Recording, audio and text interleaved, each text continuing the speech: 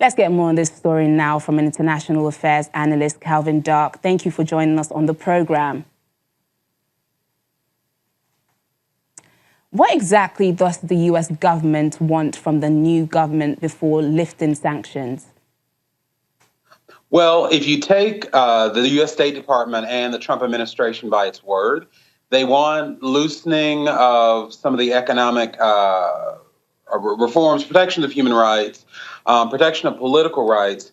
But I'm not exactly sure if that's the true motivation, because if it is, it would be a change from how the U.S. deals with other countries in the region and around the world. So the EU lifted most of its sanctions on Zimbabwe in 2014, but the US is still defiant even after the country's presidential election. Is the US doubting the legitimacy of Emmerson Mnangagwa's government?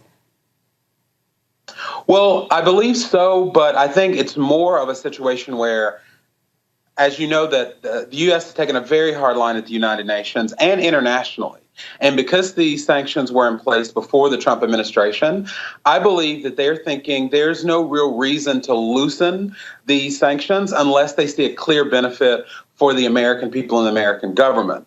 So I don't necessarily think this is due to a big strategy, because we can't read too much into it, because unfortunately, the U.S. government is not as seized on the matter in Zimbabwe and in that region as they should be.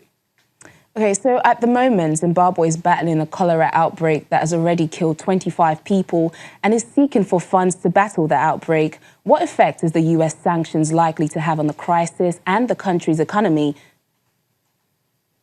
Well, I don't really know if it'll have any direct effect on the response to the cholera outbreak, simply because the sanctions are targeting some government-connected companies and I believe a list of about 140 individuals. But what I do think that it reflects on is the U.S.-Zimbabwe relationship and how the U.S. could be there when they're not being there for a clearly humanitarian crisis. Finally, Zimbabwe's main opposition leader, Nelson Chamisa, has postponed plans for a mock inauguration on Saturday. How is the U.S. government reacting to Mr. Chamisa's call for a protest and basically everything that has happened in the country post-election? Well, as I was saying, I don't think that we can read too much into the strategy that the U.S. State Department has for Africa, because I don't believe there is one, or at least it hasn't been clearly articulated.